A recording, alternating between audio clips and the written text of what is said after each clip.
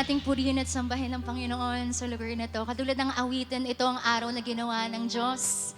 Man, naniniwala tayong lahat na hindi aksidente, na nandito tayo sa mga oras na to, but it is for the very purpose na purihin siya, na awitan siya, na sambahin siya. Kaya sa mga oras na to, pwede mong itaas ang iyong dalawang kamay sa pagpuri at pagsamba mo sa Panginoon. Pwede mong ipikit ang iyong mga mata at buksan ang iyong bibig and simula mang pasalamatan ng Panginoon. Come on, pasalamatan mo siya. Salamat o Diyos sa buhay na meron ako. Salamat Panginoon, nandito ako, mararanasan ko yung presensya mo. Ikaw ang aming pinupuri o Diyos. Hallelujah. Puri ka namin o Diyos. Anawitin natin ito sa Panginoon. Puso ko'y iyong sinisiyasa. Buhay ko'y iyong halang. Ang lahat kong lihim, O Yahweh, ay tiyak mo ngang nalalaman. Ang lahat ng aking ginagawa sa'yo ay hindi lingid. Ang lahat kong lihim, O Yahweh,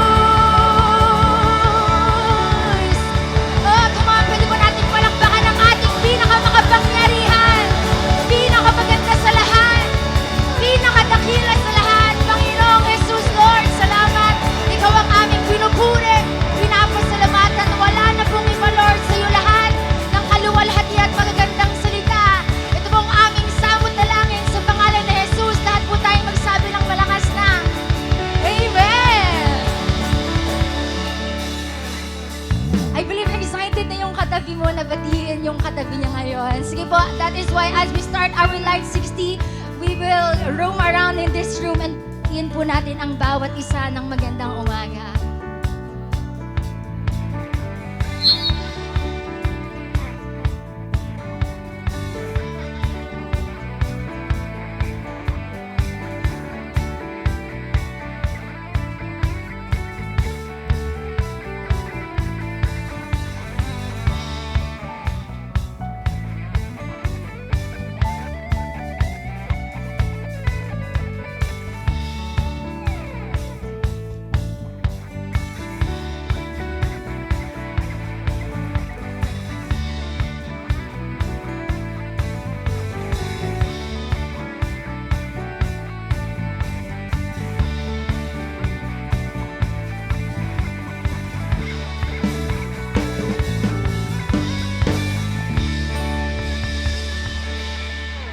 Amen. Blessed Sunday Light family. Grabe po truly today is a blessed day, especially po God has always been faithful with our lives. Amen. Amen. Lalo na po ngayon that we are celebrating our church's 16th anniversary. Grabe po kaya naman, Light family, pwede niyo po ba akong sabayan na sumigao ng isang malakas na happy and blessed 16th anniversary Light Church in 3, 2, 1. Happy and blessed 16th anniversary Light Church. Ayan, palakpakan naman po natin si Lord. Amen. With that, makakaupo na po tayong lahat. Maraming salamat po. But you know what, Light family? This celebration will not be completed po without you in it. Yes po, kayo po. Kaya naman po, if this is your first time here on church, pwede ko po ba kayong i-invite na tumayo? Ayan, if this is your first time, tatayo po tayo so that we could acknowledge you. Ayan, sige po, palakpakan naman po natin sila. Welcome home po sa inyong lahat. We just want you to know that you are now part of our family. Ayan, kaya naman po, please stay for a few minutes after the celebration because our consolidation team would love to meet you po for a quick kwentuhan and also to give you our token of appreciation. Muli po, welcome home po sa inyong lahat. Ayan, makakaupo na po tayong lahat. Amen. Pwede po ba isa pang the best na palakpak para kay Lord? Amen. Maraming salamat, Light family. And I believe excited na po tayo for God's word for us today. Amen? Amen. Kaya naman po, can you tap the person beside you? Sabihin mo sa kanya, partner, be excited. Amen. That would be all for now, my brothers and sisters. May we continue to have a blessed Sunday celebration.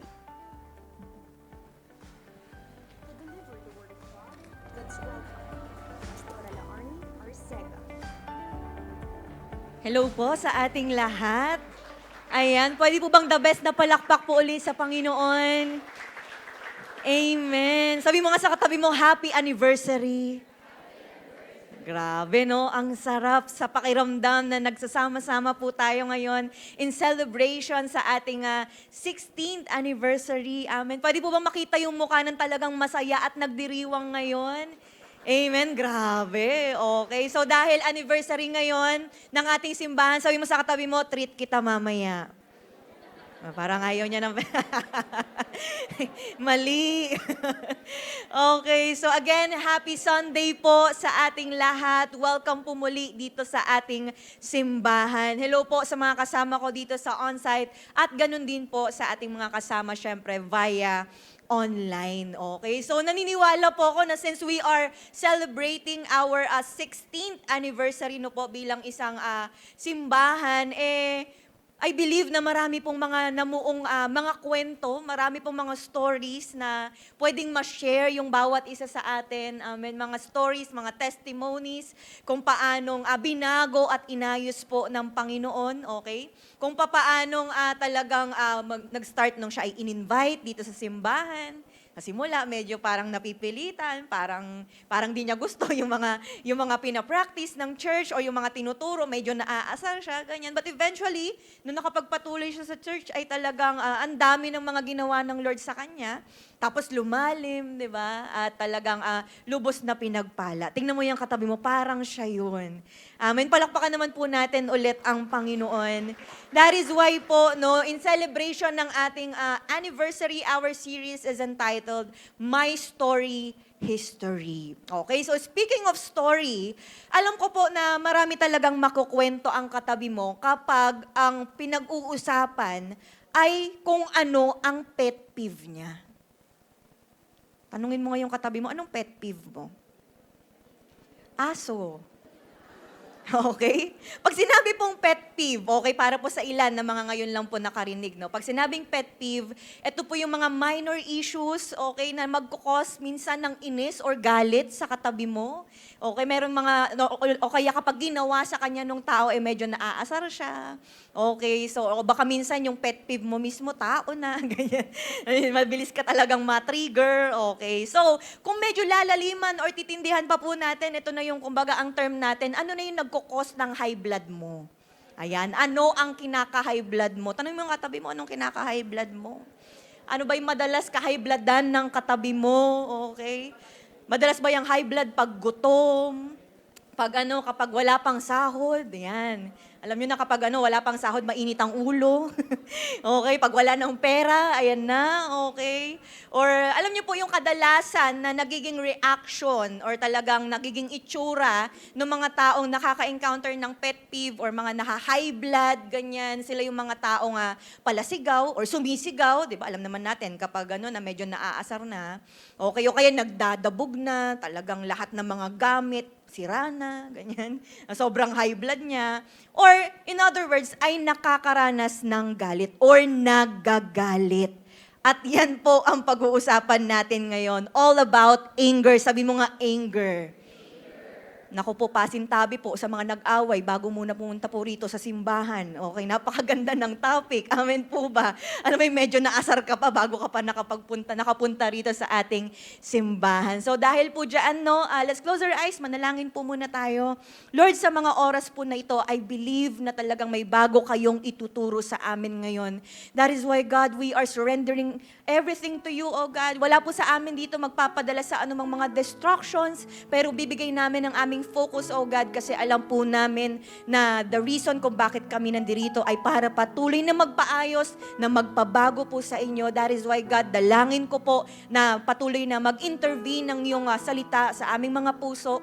And at the same time, oh God, ngayon pa lang, I'm declaring victory to come sa buhay ng mga kapatid ko pong ito. At dalangin ko po, Holy Spirit, kayo pong magbigay sa amin ng wisdom and understanding at kayo lamang po ang maitaas, oh God, sa simbahan po na to. Gamitin niyo lamang po ako as your mouthpiece. We love you, we praise your name sa pangalan ni Jesus. Amen. Sige po, dahil po dyan, let's be excited sa gagawin po ng Panginoon. Amen. So, ngayon, pag-usapan po natin the realities about anger that we should be aware of. So bago po tayo magtuloy-tuloy sa ating mga pag-uusapan, gusto ko syempreng malaman kung makaka-relate ang mga kausap ko rito. Meron po ba sa atin dito, sa mga kasama ko po sa church, ay never pang nagalit? As in, since day one ng buhay niya. Or sino po rito, araw-araw nagagalit? Ay, medyo marami-rami. Okay. Parang may nagkukurutan na. Okay. Alam mo yun, may mga times, parang pag-usapang galit, paano kaya yung katabi mo nag-e-express ng galit? Lalo na kung kilalang-kilala mo yung katabi mo, alam mo yun, ang dami ng mga jokes, talagang seryoso pa rin siya. Napipikon na ako sa topic ngayon, ha? Natitrigger yung galit ko, ha? Alam mo yun? Alam mo kapag nagagalit na siya, medyo namumula-mula na, yung mga ganun. O kaya tumatayo na yung buhok niya parang parang si Son Goku na. Kilala niyo yun? Hindi ko po kilala yun. Okay?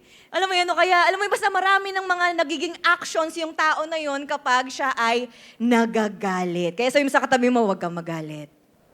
Okay. Ano ba yung mga realities about anger that we should be aware of? Unang reality is, number one, the anger of man. Okay, pag sinabing anger, according to Merriam-Webster, it's a strong feeling of displeasure and usually of antagonism or active opposition. Sa Tagalog, poot or galit. So according to Life Support Counseling, mayroong iba't ibang klase ng anger. Meron pong mayroon pong behavioral anger. Yan po yung makikita mo talaga sa actions, yung galit niya. Na ito yung mga kadalasan na kapag nagagalit, may mga nasisirang gamit. Ayan, okay. May mga nababasag, nababato, napupunta sa kapitbahay, yung mga ganun, yung washing machine, talagang napupunta sa kanto, yung mga ganyan. Or yung iba, nauuwi po sa pang-aabuso physically. May nasusuntok, mayroong nasasaktan, ganyan, sa physical na pamamaraan. That is behavioral anger, na kapag nagagalit, kailangan mailabas niya talaga yon sa ganong paraan. Pangalawa, chronic anger. Pag sinabing chronic anger, ito po yung siguro matagal na panahon na galit na meron siya. Perhaps dahil sa mayroon siyang sama ng loob sa kapwa, meron siyang hinanakit, ganyan. Kaya nga po, pwede ring anger towards sa sarili, or siguro ito yung kadalasang pag sinabing chronic anger, yan, madalas galit. Pwede ba tignan mo yung katabi mo, madalas daw galit? Hindi siya yon. Okay, sila yung mga madalas na nagger, mga irritable, ayan, yung sa mga kababaihan, yung parang feeling mo araw-araw dinadatnan, yung mga ganun. Parang araw-araw may toyo, di ba?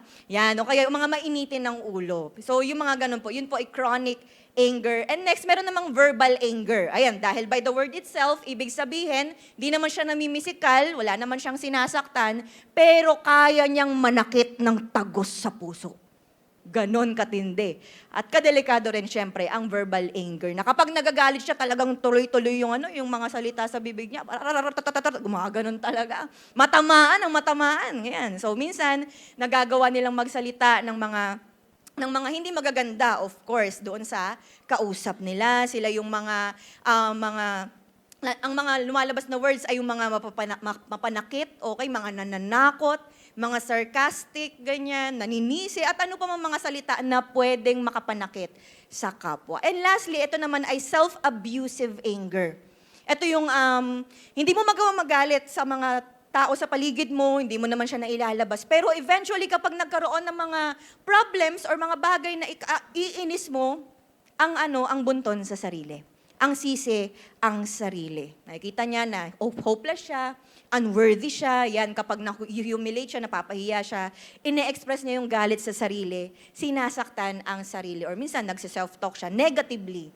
Okay? So yun po ay self-abusive anger. Actually, marami pang mga iba't ibang mga klase ng anger, pero yan lang po syempre yung mga naipasada ko po sa inyo. At syempre, hindi po maganda yung mga nagiging effects ng anger sa ating mga tao. Sino po rito nung talagang buhat nung naging mainitin ng ulo niya, talagang grabe yung ganda ng buhay niya?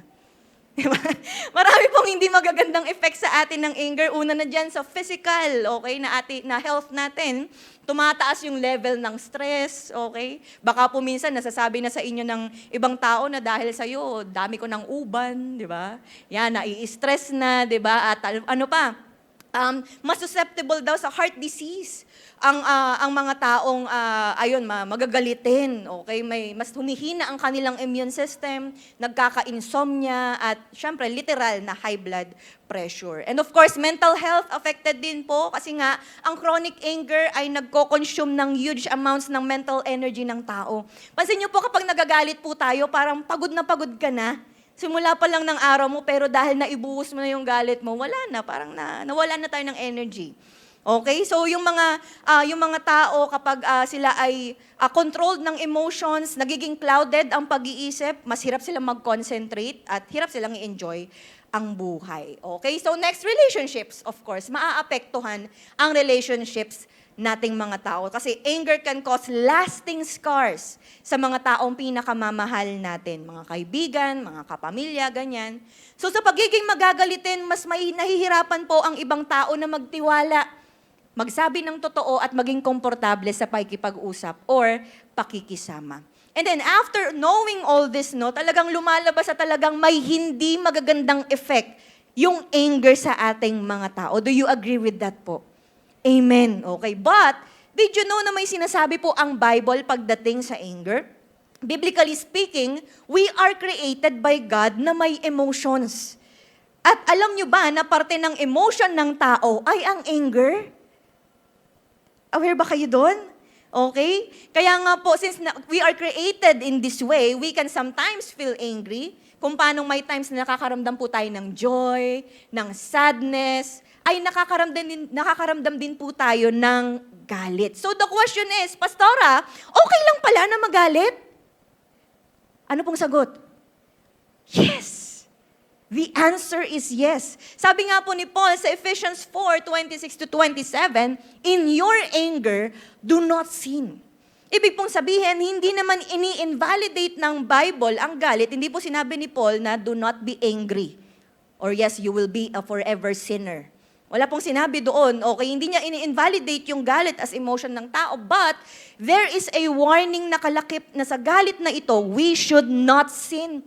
Why? Sapagkat po ang galit nagiging kasalanan kapag ito ay ine-express dahil sa pride, nagagalit dahil sa selos, nagagalit dahil sa desire na maghigante, okay, dahil bitter, na naglilid sa tao para saktan yung kapwa niya or ang kanyang sarili. And in fact po, if you would remember, nangyari ito sa unang tao sa mundo na kung saan dahil sa kanyang pagkagalit, nauwi ito sa pagmamurder niya sa sarili niyang kapatid. Ganun po kadelikado ang anger kapag hindi controlled ng tao. Remember the story of Cain and Abel. Na dahil nakita ni Cain na mas favored ng Diyos ang kanyang kapatid na si Abel, sobrang tindi ng galit niya. Kaya po tinanong siya ni Lord sa Genesis 4, sabi niya, "Why are you angry? Why is your face downcast?" Alam niyo po, ang dami ng sinabi ng Lord sa kanya, pero hindi recorded kung ano yung naging response ni Cain doon. But after that, pagdating ng verse 8, Cain said to his brother Abel, "Let's go out to the field." While they were in the field, Cain attacked his brother Abel and killed him. Ang tindi ng nagagawa ng galit sa tao dahil pwedeng mauwi sa pagpatay. So dahil sa kasalanan mula sa magulang nilang sina Eva at Adan, na dumaloy sa sangkatauhan, ang galit ay isa sa mga nadungisan ng kasalanan at pwedeng maging foothold ng demonyo sa tao. Kaya nga Romans 3:23, kasi sa lahat po tayo ay nagkasala. We all have sinned and fall short of the glory of God. That is why, the truth is that since lahat po tayo ay makasalanan, lahat tayo ay maaaring magkasala kapag tayo ay nakakaramdam ng galit. Naiintindihan po ba? Amen? Okay? Nagagalit na ba yung katabi mo? Hindi pa naman? Okay? So, kaya po may mga iba, bigla-bigla na lang nagagalit. Okay? Yung iba naman nang aabuso pag nagagalit. Yung iba nagsiselos, nag-iinggit, naghihigante, kaya nagagalit. So, even in our time, ang galit ay isang emosyon ng tao na maaaring kinakatakutan, okay, ng maraming, kinakatakutan ng marami na ma-encounter, ayaw nila yan, or yung iba naman, ayaw na maramdaman mula sa kanilang mga sarili. Okay? But listen to this po. Alam niyo po ba, speaking of galit, speaking of anger, alam niyo po ba na kahit ang Diyos nakakaramdam ng galit? Baka po kasi may iba sa atin, ang tingin niya lang kay Lord ay parang mabait na Diyos, na talagang, alam mo yun, na pwedeng, ang tingin niya sa Diyos ay tinotolerate ang kasalanan. Alam mo yun, yung Diyos na mapagpatawad, ganyan. Of course, ang Diyos po natin ay mabuti, mapagpatawad, pero ang Diyos din po nakakaramdam ng galit. Okay? In fact po, hindi lang galit, pero wrath, or matinding galit. Okay? Sabi nga sa katabi mo, wrath. Yung may hangin na wrath. Okay, hindi po daga. Okay? Pangalawang reality that we should be aware of, the anger of God. So kanina pinag-usapan natin yung anger ng tao, ngayon naman ang anger ng Diyos. Romans 1:18 ang sabi, "The wrath of God is being revealed from heaven against all godlessness, against all wickedness of people who suppress the truth by their wickedness." So, saan daw po matindi ang galit ng Diyos? Sa lahat ng kalapastanganan at kasamaan ng tao.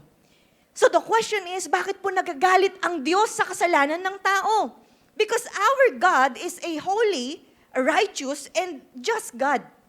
And a just God, okay? Na He cannot be with humankind na namumuhay sa unholiness, namumuhay sa unrighteousness, and wickedness.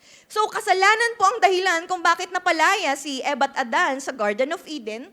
Kasalanan din ang dahilan kung bakit hindi na po nakapiling ng tao ang Diyos. Kasalanan din ang dahilan kung bakit lumayo ang tao sa Diyos at di na maaaring makalapit sa Kanya. That is why tuluyan pong naging separated ang Diyos sa tao sa mahabang panahon na sinasabi rin ng Isaiah 59 verse 2. Kaya po, hindi lang yun, ang tao po naging kaaway na ng Diyos. Colossians 1:21 ang sabi, "Dati kayo'y malayo sa Diyos at naging kaaway niya dahil sa inyong paggawa at pag-iisip ng masasama." At di lang po yun, may worse pa na consequence. At dahil sa tayo po ay kaaway po ng Diyos, Romans 6:23, for the wages of sin is death. Hindi lang tayo kaaway ng Diyos, pero meron pong kabayaran ang kasalanan at yun ay kamatayan. Kaya po, kung usapang galit lang din mga kapatid, ang pinakamatinding galit na nakakatakot makaharap ay yung galit ng Diyos. Meron po ba kayong naiisip ngayon na kapag usapang galit, yung muka nung tao na yun yung nakikita mo? Kasi siya yung pinaka-high blood na taong kilala mo. Siya yung pinaka-mainit talaga. Alam mo yun, pulang-pula lagi yung mata niya. Talaga lumalabas madalas si anger sa kanya. Alam mo yun? Meron kayong tao sa buhay ninyo na kilala talaga ninyo na kapag nakita nyo pa lang yung, narinig nyo pa lang yung mga footsteps niya. Alam mo yun, kilala mo na yung lakad niya. Ay, ayun na siya. Matulog na tayo. Kasi natotrauma na, nanginginig na, alam mo, iinom ka lang ng tubig, talagang gaganyan-ganyan na, di ba? May mga kinakatakutan tayo dahil matindi nga kapag nagalit itong tao na ito. Pero pag samasamahin man yung init ng ulo ng pinakamaiinit ang ulo, pag samasamahin man yung pinakamagagalitin, walang-wala pa rin yan sa matinding galit ng Diyos sa kasalanan. Walang-wala pa rin po ang lahat ng yan sa wrath of God. Kaya nga po, yung galit niya sa kasalanan, nagbubunga ng kaparusahan ng mga kaluluwa ng mga tao sa impyerno at ito yung mga taong hindi piniling manampalataya sa Kanya at pinili na lang na mamuhay at pagharian ng kasalanan ang buhay. Revelation 21:8 ang sabi, but as for the cowardly, the faithless, the detestable, as for murderers, the sexual immoral, sorcerers, idolaters, and all liars, their portion will be, saan? In the lake of fire, burns with fire and sulfur. Ibig sabihin sa Tagalog, dagat-dagatang apoy at yun ay ang impyerno. So ito po ang patunay na ang wrath ng Diyos, yung pinaka-nakakatakot na ma-encounter nating mga tao. But the good news is this, mga kapatid. Ang Diyos man po ay just, righteous, and holy. Pero siya rin ay gracious, siya rin ay merciful, at siya rin ay loving na Diyos. Kaya sa kabila ng karebeldehan na ginawa ng tao sa Diyos, still, mahal pa rin po ng Diyos ang tao. He made a way para mawala ang galit niya at para ang tao ay maligtas mula sa kasalanan. At yun ay sa pamagitan ng Panginoong Jesus. Sabi mo sa katabi mo, si Jesus Christ ang sagot. Palakpakan naman po natin ang Panginoon. So that's number 3, the only answer to God's anger. So in God's unconditional love to mankind, pinadala po niya ang kaisa-isa niyang anak na si Jesus Christ sa mundo to bring salvation to mankind na makikita natin sa John chapter 3 verse 16, okay? Na dahil kamatayan ang kabayaran ng kasalanan, kinakailangan ng kamatayan ng isang perfect na sacrifice na si Jesus Christ para sa kaligtasan ng sangkatauhan. Kaya sabi po sa Hebrews 10:5-7, therefore, when Christ came into the world, He said, sacrifice and offering you did not desire, but a body you prepared for me. With burnt offerings and sin offerings, you were not pleased. Pero verse 7 ang sabi, then I said, here I am, it is written about me in the scroll, I have come to do your will, my God. So dahil kay Jesus Christ na nagkatawang tao, dumanak ang dugo sa cross, namatay, nabuhay muli, ang sangkatauhan ay may pagkakataon na muling ma-reconcile sa Panginoon. Sapagkat nang dahil po kay Jesus Christ, na-assuage yung galit ng Diyos sa tao, niligtas ang tao ng Panginoong Yesus mula sa matinding galit ng Diyos. Romans 5:9, since we have now been justified by His blood, how much more shall we be saved from God's wrath through Him? In the first place, ayaw po talaga ng Panginoon na mag-suffer tayo sa Kanyang galit. 1 Thessalonians 5:9, for God did not appoint us to suffer wrath. Ayaw na ayaw po yun ng Diyos. Pero ang nais niya ay makaranas tayo ng kaligtasan. Kaya kung dati kaaway po tayo ng Diyos, pero dahil kay Jesus Christ, we are now His sons and daughters. Parte na po tayo ng pamilya ng Diyos. Palakpakan po natin ang Panginoon. Reconciled na po tayo sa Diyos. 2 Corinthians 5:18-19, sinabi diyan, all this is from God who reconciled us to Himself through Christ and gave us the ministry of reconciliation. So lumalabas po na si Jesus Christ ang tanging sagot laban sa galit ng Diyos sa kasalanang ginawa nating mga tao. Kaya sabi sa katabi mo, buti na lang may Jesus Christ.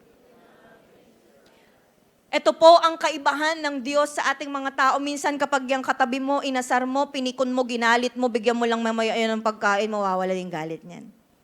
Diba? Bigyan mo lang ng kape yan. Talagang malilimutan niya yung mga pinag-usapan ninyo nung nagtalo kayo. Ano uling pangalan mo? Pati pangalan mo malilimutan niya. Dahil nga na-assuage yung galit niya dahil sa mga mabibigay mo, 'di ba? Sa mga mag-asawa, naku, alam nila yung mga kiliti ng kanilang mister o ng kanilang misis. Kayang pahupain ng galit. Ganon din sa mga magkakaibigan, sa mga magkakapamilya, okay? Pero pagdating kay Lord, pagdating sa Panginoon, si Jesus Christ lang ang sagot para tuluyang mawala ang galit niya sa ating mga tao. Bless po ba tayo? Amen? Okay? Kaya nga po, ang sino mang mananampalataya kay Jesus Christ, hindi nakaharap sa matinding galit ng Diyos sa dagat-dagatang impyerno, kundi makakapiling siya sa eternal na buhay. Amen? Bless po ba tayo? Amen. So now, kung ang kamatayan na pinakamatinding problema ng tao, nagawang solusyonan ng Panginoon through Jesus Christ, this means, kayang-kaya ring masolusyonan ng Diyos yung problema ng tao pagdating sa kanyang anger. Amen? That is why bilang application, the answers to man's anger, una, learn to manage your anger. Medyo practical po ito nga pag-uusapan natin sa simula. Why? Kasi po mga kapatid ko sa Panginoon, here's the fact. Kahit po tayo ay mga Kristiyano na, bago ka man o matagal na, we can still sometimes feel angry. May mga times, nakakaramdam pa rin tayo ng galit. Baka po kasi meron sa atin na nagiging mindset na, ay, Kristiyano na ako, dapat di na ako nagagalit. So yung last galit mo, 1995 pa.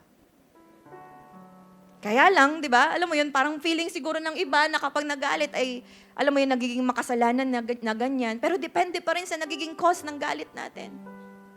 So the question is, mga kapatid, to be honest, ano ba yung madalas na dahilan ng pagkagalit mo? Baka may iba po sa atin, the reason kung bakit may mga times na nagagalit siya, dahil sa dami ng problema sa pamilya, dahil sa dami ng problema sa trabaho, dami ng problema sa iba pang mga bagay, dami mong grr. Okay? Di ba? O kaya, the reason kung bakit nagagalit siya ay perhaps sa ugali ng tao. May mga hindi siya nagugustuhan. Or, baka ito, sa present na nangyayari sa sitwasyon natin, alam mo, may mga nangyayari sa bansa natin, kaya galit na galit ka. O kaya kakulangan or hirap ng buhay at marami pang iba. To be honest, ano yung madalas na kinakagalit mo? Of course, normal at natural na emosyon ang magalit. Pero, mga kapatid, importante rin na matutunan nating i-work out yung pag-express at pag-manage nito in healthy ways. Kayang-kaya natin siyang i-manage in healthy ways. Kaya, kung dumating man yung pagkakataon, for example, after po ng celebration natin, pagbaba mo ng simbahan, pag uwi mo sa bahay, naku, may nan-trigger sa init ng ulo ni nanay o ni tatay.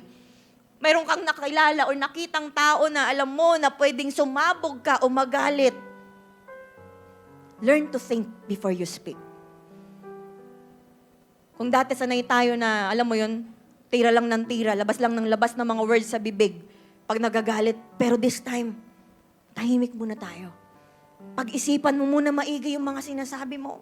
Pag-isipan mo muna maigi yung i-release mong mga words. Why? Kapag dumating sa time, wala tayong preno sa mga sinasabi po natin. Yung mga sinabihan mo, tatatak at tatatak sa kanila yung mga words na yun. Di nila malilimutan yun. Ano ko po nalaman? Tayo po. Kapag may mga nakarinig tayo, sinabi sa atin, di ba hindi mo rin nalilimutan?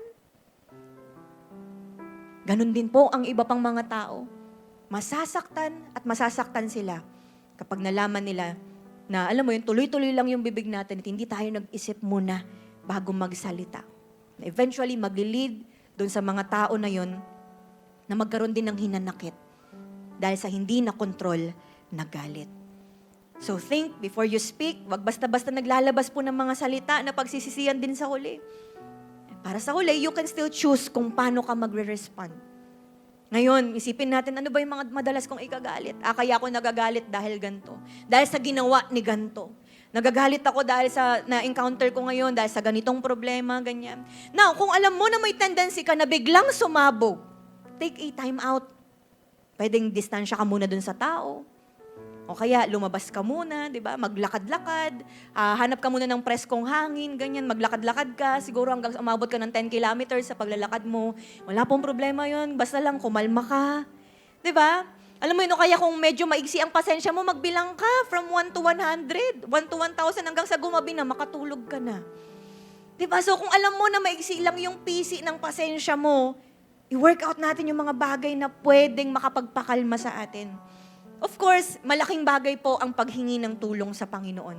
Alam mo yun, habang nasa peak ka ng galit mo, mag-pray ka kay Lord. Tulungan niyo po ako na hindi manalangin na magpababa kayo ng apoy sa taong to. Lord, pakalmahin niyo po ako. Kasi alam ko, nandiyan kayo, sinasamahan niyo ako sa pamilya ko. Sinasamahan niyo ako sa mga relationships ko sa mga taong ito. Bigyan niyo ko ng understanding ng pagmamahal sa mga kasama ko. Alam mo yun, hingi po tayo ng tulong kay Lord. Tapos kapag kumalma na naging okay na, saka natin i-address yung problema doon sa tao. Pwede tayong maging honest, maging open sa kalmadong pamamaraan. Kaya tandaan, hindi na po tayo yung dating tayo na kapag nagagalit, walang preno yung bibig. Hindi na po tayo yung dating tayo na namimisikal kapag nagagalit, na nagmamaltrato, ng verbal abuse, ganyan. Kundi tayo ay yung mga binago at patuloy na binabago ng Diyos pagdating sa pagkokontrol ng ating emosyon. Amen? Palakpakan po natin ang Panginoon. Now, paano yung mga klase na mayroon siyang anger na chronic? Alam mo yun, hindi naman yung mga simpleng nagpapatrigger sa kanya, pero matagal na panahon mo nang nararamdaman sa tao dahil ginawa sa'yo or sinabi sa'yo. Ang sagot, sabi mo sa katabi mo, forgiveness. Learn to forgive just as in Christ you are forgiven. Alam ko po, hindi madali ang magpatawad. Hindi naman po talaga siya mabilis ang application na after that, okay na. Perhaps some of us, ito yung sinasabi, kaya hirap magpatawad na paano ko papatawarin yung taong hindi ko kinakikitaan ng pagbabago? Paano ko papatawarin yung taong hindi naman nagsusorry? Paano ko papatawarin yung taong hindi naman deserve ang forgiveness? Hello? Baka yan yung madalas na nirarant ng katabi mo. That is why, matagal na panahon din nating withhold yung forgiveness. Bakit ko ibibigay sa'yo yung kapatawaran ko? Manigas ka. At mas pinipili na lang natin na manatili sa loob-loob natin yung sama ng loob at galit sa tao na yon. Pero mga kapatid, actually, sa galit na meron ka, ikaw lang ang mas nagsasuffer. Kung tayo yung galit, tayo din yung mas nagsasuffer. Hindi yung tao na kinagagalitan mo. Pero tayo yung naapektuhan. Physically, hindi tayo nagiging okay. Lumitindi ang stress.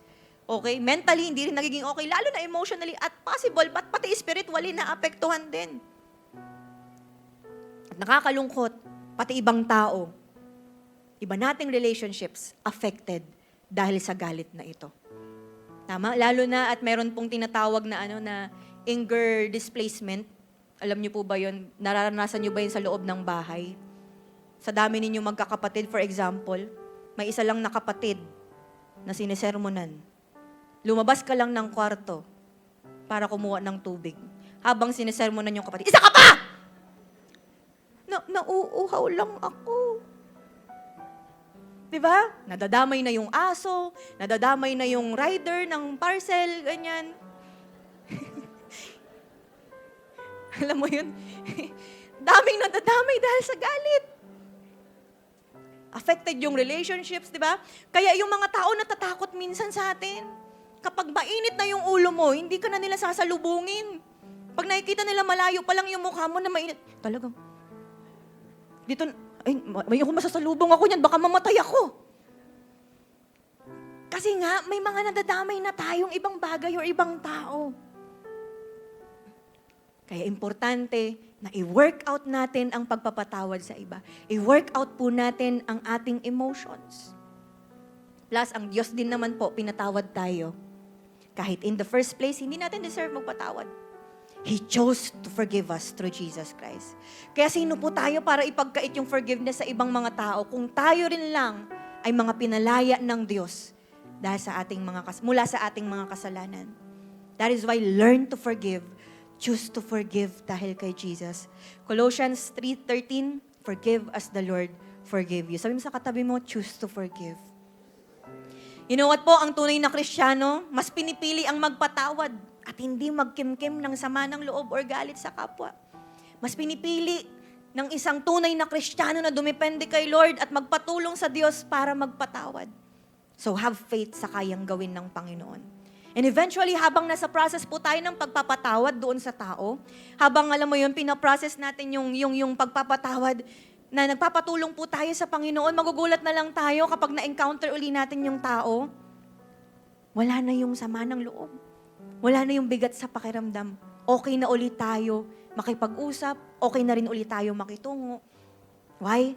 Kasi ang Diyos, kaya niya tayong i-heal mula sa unforgiveness. Dahil yun, sa kapangyarihan ng Panginoon. Eventually, the Lord will heal us. Aalisin niya anumang galit sa atin. He will comfort us and He will teach us na mas lalong magpatawad at magmahal muli ng kapwa. Amen po ba? Palakpakan po natin ang Panginoon. Alam niyo po, excited ako sa mangyayari sa atin kapag lahat po tayo, eventually, na-workout po natin to, nagpatulong tayo sa Panginoon at napalaya tayo sa ating anger. So this will be all about the story of God sa atin kung saan lalabas talaga yung kapangyarihan niya o yung matinding pagkilos niya. Maayos niya tayo, pagpapalain, at makikita natin yung bagong tayo dahil sa kapangyarihan ng Diyos na magbago ng tao. And at the end of it, we will be rescued from anger. And that is our title for today. Palakpakan po natin ang Panginoon. Alam ko po, marami pong ginagawa ngayon ng Lord sa buhay ng bawat isa sa atin. Kanina pa siya nangungusap. Pero ngayon, meron po muna tayong papanoorin ng isang testimony, video testimony, ng isa pong kapatid po natin sa Panginoon na talagang pinalaya din, ni-rescue din mula sa anger. Ang tindi ng mga pinagdaanan niya in the past. Pero mas matindi pa rin ang pagmamahal at ang pagkilos ng Diyos sa Kanya. That is why, pikit po muna tayo, manalangin po muna tayo. God, sa mga oras po na ito, I pray na ang bawat puso ay maging ready. Na ang bawat puso, Panginoon, ay talagang patuloy na maging humble enough na perhaps baka makarelate kami habang nanonood at nakikinig kami. Pero ngayon pa lamang po, O Diyos, nagpapaminister na kami. Have your way, O God. I pray na ang bawat isa ay maging focused at ready, O Diyos, na mas magpaayos pa sa inyo. Nawa po sa testimony na ito, makita namin na may pag-asa pa dahil sa inyo at mas tumindi ang aming pananampalataya at pagtitiwala sa inyo. Salamat, Panginoon. We love you. We praise your name sa pangalan ni Jesus. Amen.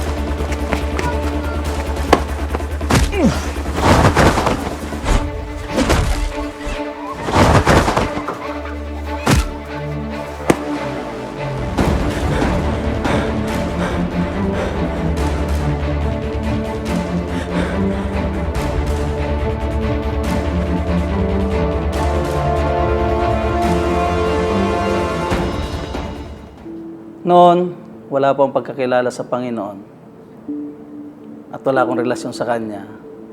Ang buhay ko masasabi kong masalimuot at puno ng gulo. Mainitin ang aking ulo, wala akong pasensya.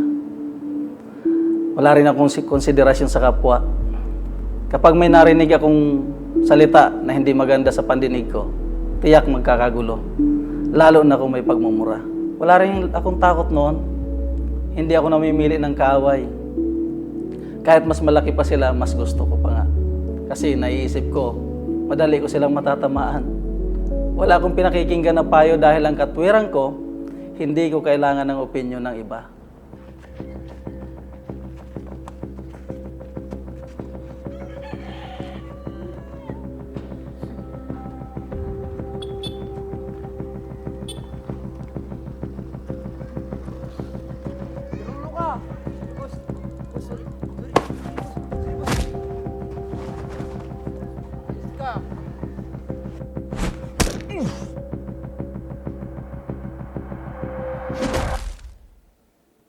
Wala akong best friend kasi nasa isip ko, baka traidorin lang ako.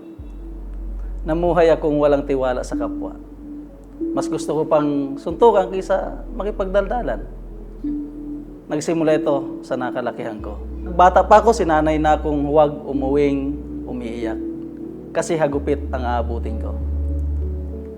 Kaya mas pinipili ko na kapag may nambuli, ibabaling ko ang init ng ulo ko sa kanila. Naalala ko, grade 6 ako. Binuli ako ng mas malaki sa akin. Pero nagawa ko siyang ihulog sa 2 metrong lalim na bangin. High school naman ako, nabato ako ng baso ng lasing kong tiyuhin. Sa sobrang sakit, hindi ko na malaya na pinagsusunto ko na siya hanggang sarado ang mga mata at basag-basag yung kanyang mga mukha.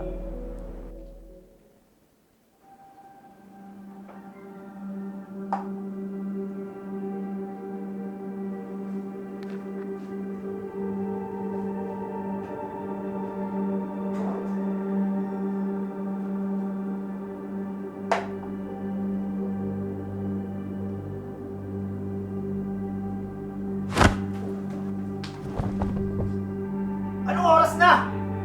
Pero wisyo ka talagang bata ka. Wala ka nang pakinabang dito sa bahay na to.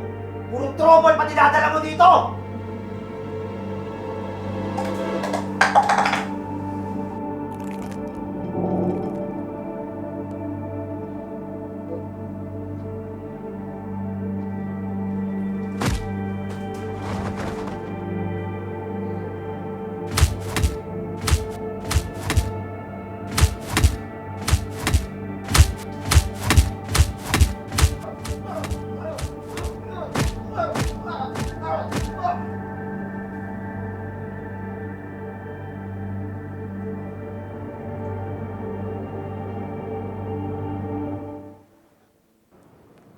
Pagdating ko sa Olongapo, may bagong laya mula sa kulungan.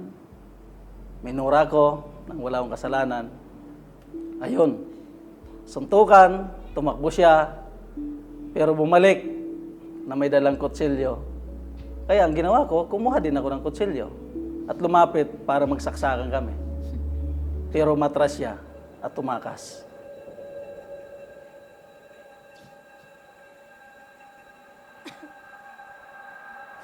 Oh, ano yan? Hindi mo ba ako kilala? Ito na, magbibigay na. Pambihira ka naman. Oh, nagbigay na nga eh.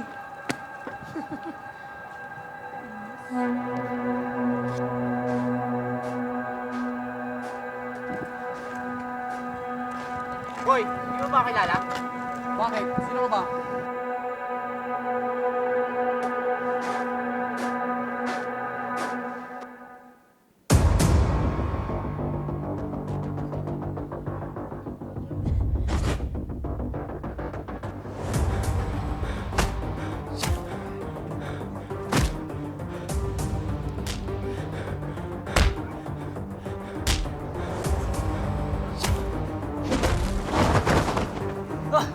Babalikan kita!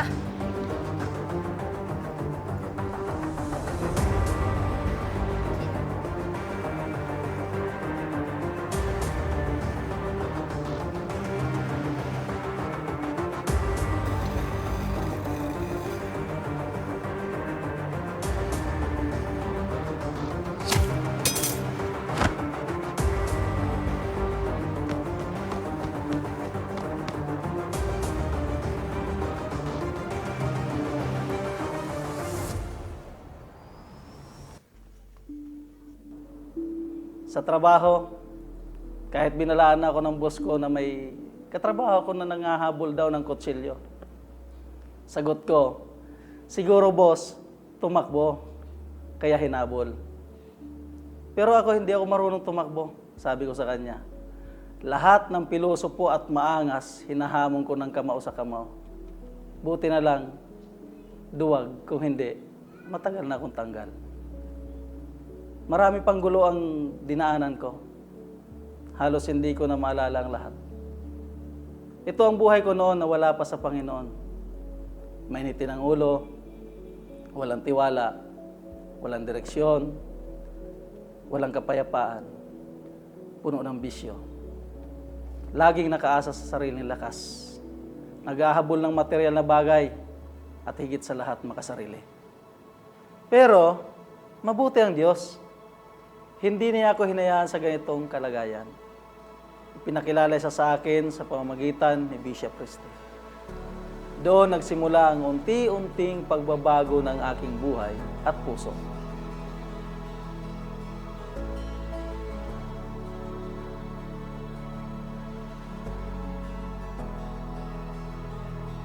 Lalo na nang dumaan ako sa proseso ng Light Retreat. Iyon ang naging turning point ng buhay ko. Doon ko sinuko ang dating pagkatao. Naranasan ko ang kapatawaran ng Diyos, binigyan niya ako ng bagong puso at bagong identity. I am distinct. Yan ang bagong pangalan na ibinigay niya sa akin. Ngayon, ibang-iba na yung dating mainitin ng ulo. Puno ng pangunawa at pasensya. Yung dating nakaasa lang sa sariling diskarte, ngayon sa kalooban ng Diyos umaasa. Yung dating walang pakialam, ngayon ginagamit na ng Panginoon para abutin ang iba. Yung dating laging naghahabol, ngayon sa pagpapala ng Diyos, hindi nagkukulang. Tunay na napakabuti ng Diyos. Wala siyang imposibleng baguhin. Dahil hindi lang ako ang binago, pati ang aking pamilya. Ngayon po, ay naglilid na ako ng Community Light Group sa aming lugar kasama ang aking pamilya.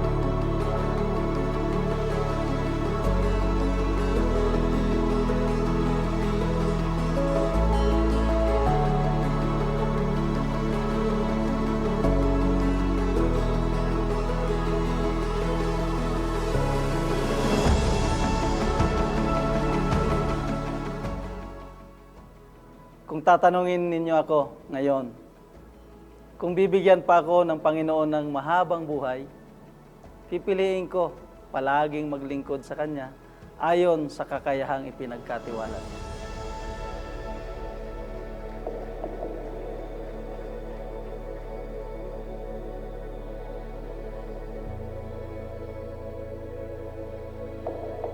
Mga kapatid, kung nabago ng Diyos ang katulad kong puno ng galit at gulo, kaya din niya kayong baguhin. Kaya ko po ito ibinabahagi ngayon para makita ninyong totoo ang kapangyarihan ng Diyos na magpatawad, magbigay ng bagong puso, at magbigay ng bagong direksyon. Lahat ng papuri at kaluwalhatian ay para sa Diyos.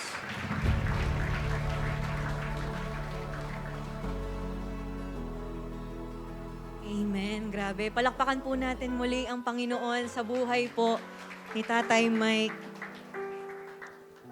Ang tindi po ng kayang gawin ng Panginoon sa buhay ng isang tao. Do you agree with that po?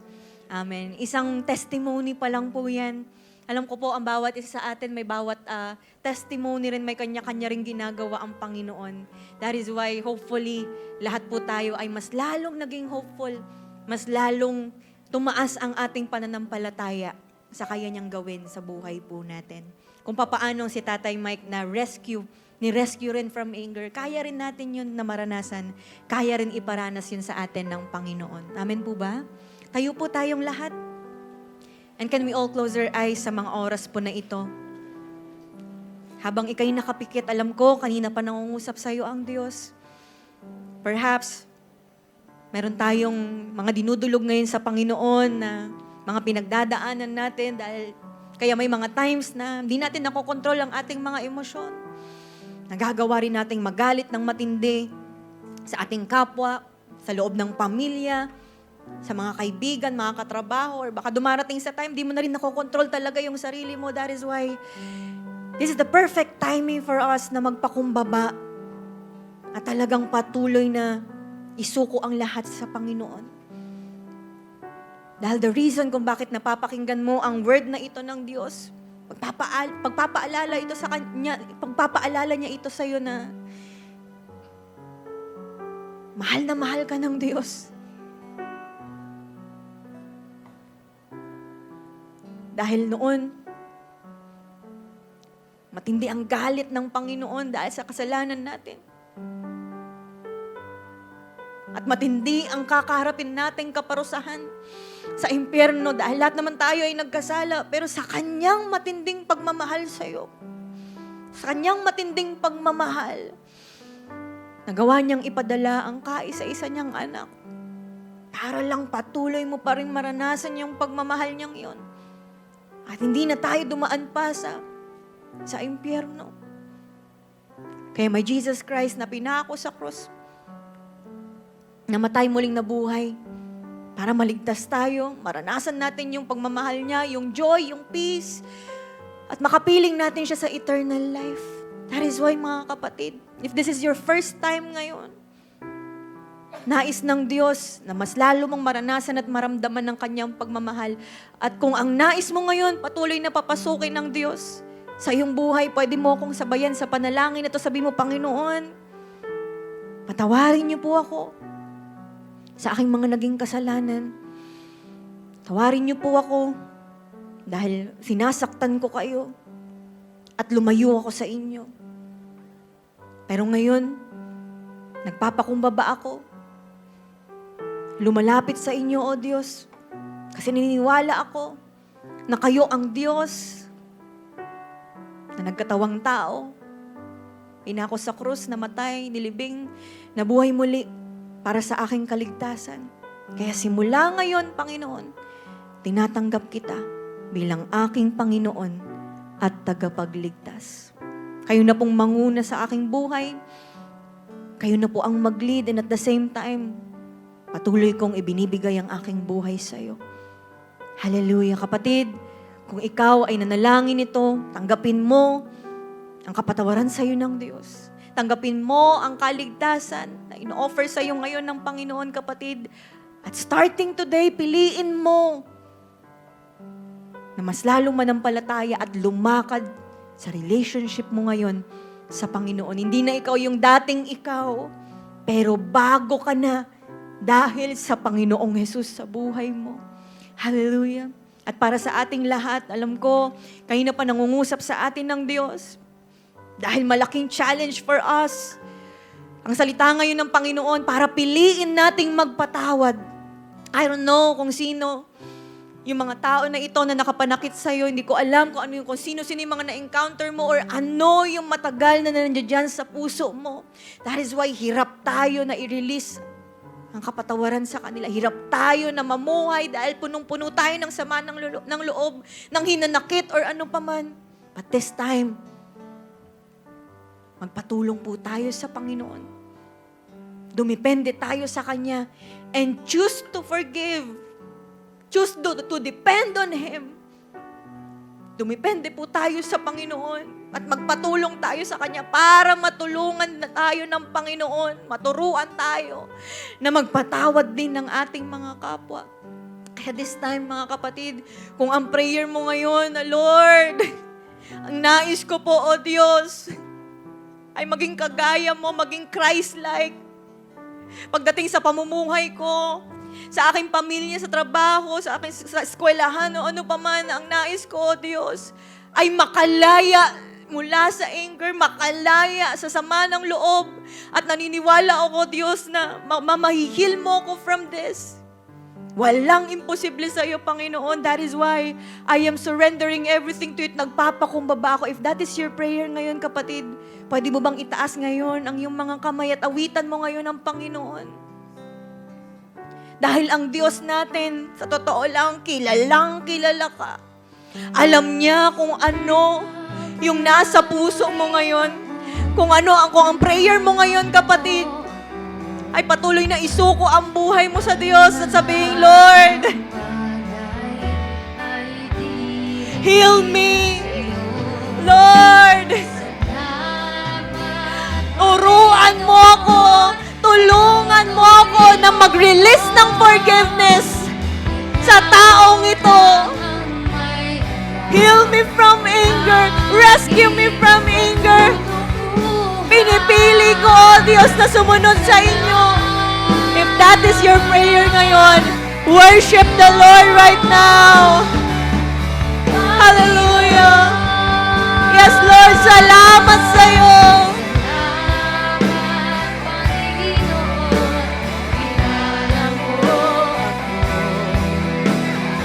Ang lahat ng bagay ay dinibig sa'yo.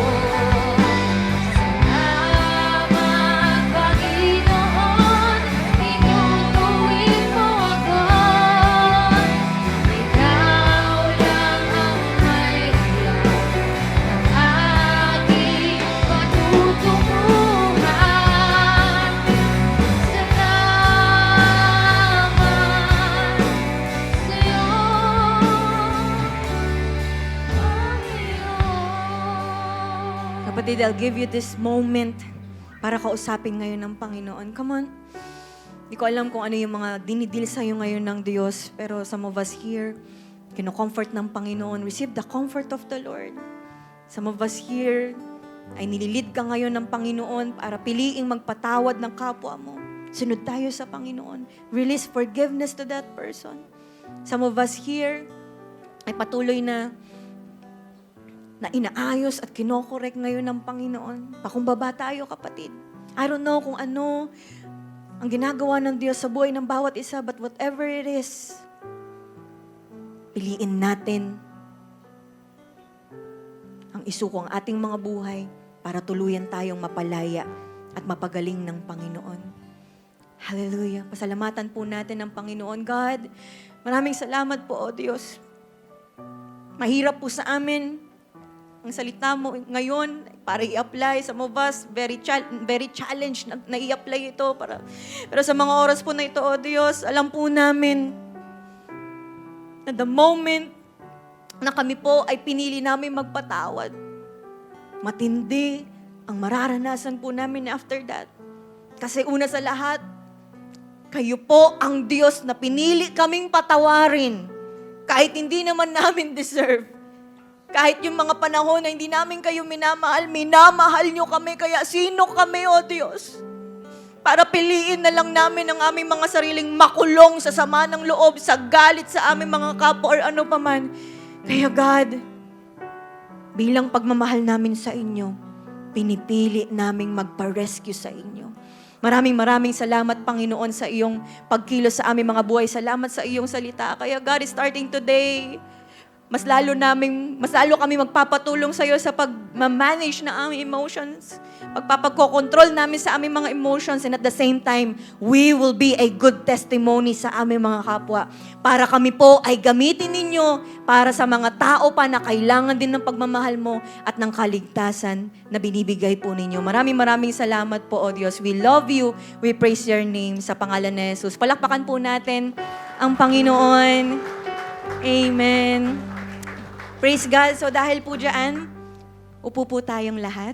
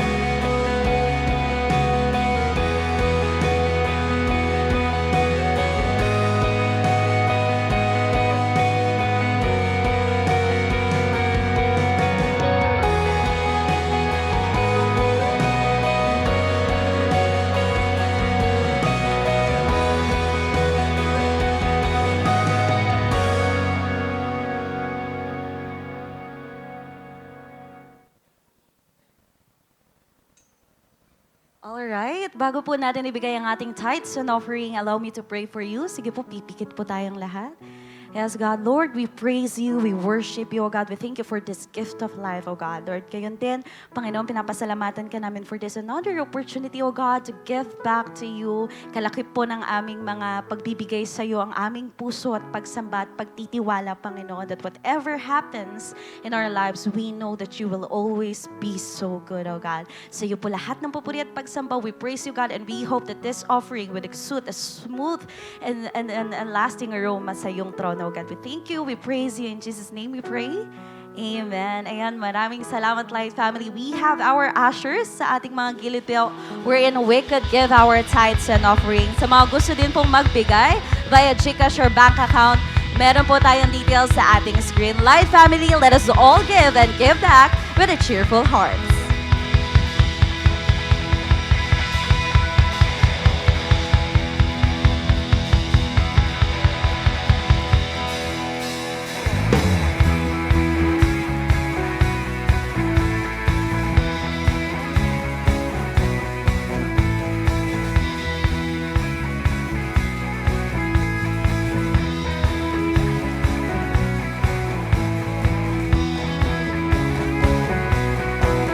Amen. Come on, can you all stand up po to sing our victory song? Thank you, Jesus. Salamat po, Panginoon, sa iyong salita. Come on, clap your hands to God. Pwede niyo po kami. Whoa, oh, oh. Whoa, oh, oh. Whoa, oh, oh. Whoa, oh, oh. Whoa, oh, oh.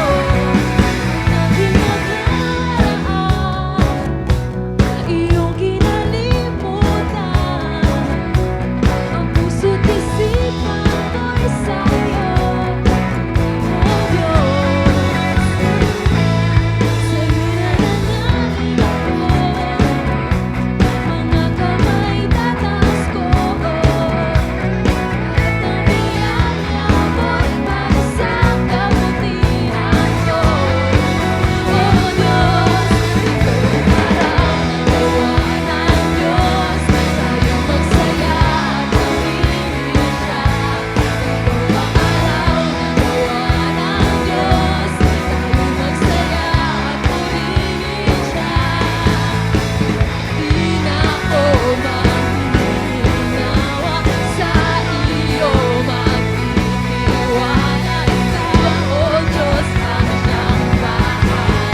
Pangako mo ang hawak ko sa araw na to. Oh, oh, oh.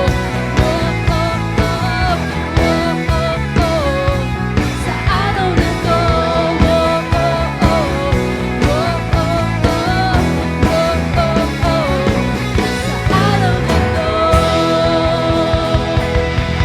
Sige po, the best na clap offering po sa Panginoon. Grabe. Yung palakpak po na nagse-celebrate ng anniversary ng church. Amen. Praise God. Ayan. So, bago po tayo mag-end, paalala po ulit sa ating mga VIPs na please stay. After po nitong service po natin, may kakausap lang po sa inyo. Saglit na saglit lang. And then, of course, paalala rin po sa ating lahat na meron po tayong bago na ating mga time slots, ng ating Sunday celebrations. Meron po tayong 7 a.m., 9 a.m., ito pong nangyayari ngayon, 11 a.m., and then 3 p.m., 5 p.m., and 7 p.m. So, ibig pong sabihin, marami pang mga slots. Ibig sabihin, may time pa tayo para mag-invite pa sa mga susunod po na Sunday celebrations natin. So, for the whole month of October po ito, kaya wag po nating i-miss and i-grab na natin yung chance para mas makapag-invite pa ng ating mga loved ones. Amen po ba? Amen. Okay, so dahil po dyan, bago po tayo mag-close in prayer, actually, mayroon po tayong isang pastor na nagse-celebrate ng kanyang birthday po ngayon. Tawagin po natin si Pastora Dorothy Joyce Magbuhos. Ayan, so awitan naman po natin siya ng happy birthday song. Kailangan yung magandang magandang pagbati talaga. Okay, ready, go!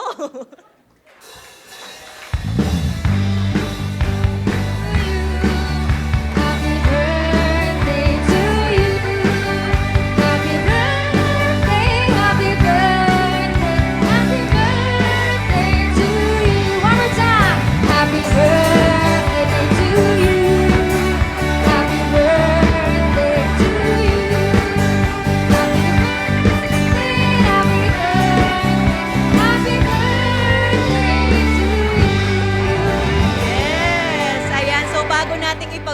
si Pastora Dorothy. Are we blessed po sa buhay po ng pastora nating ito? Ng maganda at single na pastora po natin na ito. Ayan, birthday mo. Okay, so bago ka namin pag-pray, Pastora Do, ano ang birthday wish mo? Sino? Thank you po, first of all. Tapos, siguro wish ko po ngayon, syempre yung family ko, first of all, na magpatuloy sa Panginoon. And at the same time, yung ministry na doon sa Bataan 1, na makahanap na din kami ng lugar. And at the same time, syempre, ano pa ba? Syempre, missional partner. Okay, so dahil po dyan, talagang mahaba-haba ang prayer po natin para po sa Pastora Do natin. Ayan po, so sige po, ilay hands po natin siya at pag-pray po natin ang ating Pastora Do. Hallelujah. God, maraming salamat po, O Diyos, sa bagong taon na ito na pinagkaloob po ninyo sa aming Pastora Dorothy. God, we are blessed. Grabe po sa patuloy na pagkilos po ninyo, Panginoon, sa buhay po niya. At salamat, Panginoon, sa bagong taon na pinagkaloob niyo po sa kanya na ibig sabihin, marami pa kayong mga magagandang plano for her. Marami pa po kayong ipaparanas na matinding faithfulness and goodness mo po in her life. That is why, God, you know kung ano po yung mga desires ng kanyang puso, Panginoon. Ngayon pa lamang po, we are laying everything down to you, O God. Patuloy kaming nananampalataya as a church sa matinding pagkilos niyo po sa buhay po niya. And God, yung desire po niya para sa kanyang family, O God, na patuloy po na sasamba sa inyo at patuloy na susunod, O God. God, dalangin po namin ang salvation ng kanyang buong family, O God. Gamitin niyo po siya, O Diyos, para patuloy, Panginoon, na i-share ang iyong salita sa kanila. And at the same time, Panginoon, yung desire din, at yung prayer po nila na magkaroon ng place, ang Bataan Outreach, O God. Ngayon pa lamang po, alam po namin that you are our provider. Wala pong imposible sa inyo, Panginoon. Kayo po ang magpupunan na matinding pangangailangan ng kanilang ministry. And syempre, Lord God, yung matindi ring pangangailangan ng aming Pastora Dorothy, Lord God, alam po namin na wala rin pong imposible sa inyo. At ipoprovide po ninyo, O Diyos, ang magiging missional partner po, Panginoon, ng Pastora Dorothy namin na ito. Kung sino ka man, kung nasaan ka man, sumunod ka na sa Panginoon ngayon din. At baka ikaw ngayon ang kinakausap ng Panginoon. Hallelujah. God, maraming salamat po. Ngayon pa lamang po, O Diyos, alam po namin na best ang gagawin po ninyo sa buhay po niya. We are declaring blessings to come upon her sa bagong taon niyang ito at patuloy pa siyang maging pagpapala sa marami pang iba. God, maraming salamat din po sa ginawa niyo po today, sa pag-minister niyo sa amin. Salamat sa iyong word for healing us, for teaching us, and at the same time, sa rescue po sa amin from anger. Excited kami sa marami pang mga testimonies and stories, Lord God, na mapapakinggan po namin. And with that, oh God, I pray na patuloy kaming maging blessings din sa marami pang mga tao. And by next week, sama-sama po uli kami, oh God, nakasama namin ang aming mga family and friends. So na receive the blessing of the Lord. May the Lord bless you. May the Lord keep you. May His face shine upon you and be gracious to you. May the Lord turn His face towards you and give you peace in the name of the Father and of the Son and of the Holy Spirit. And everybody say aloud, Amen and Amen. God bless us po. Ingat po tayo.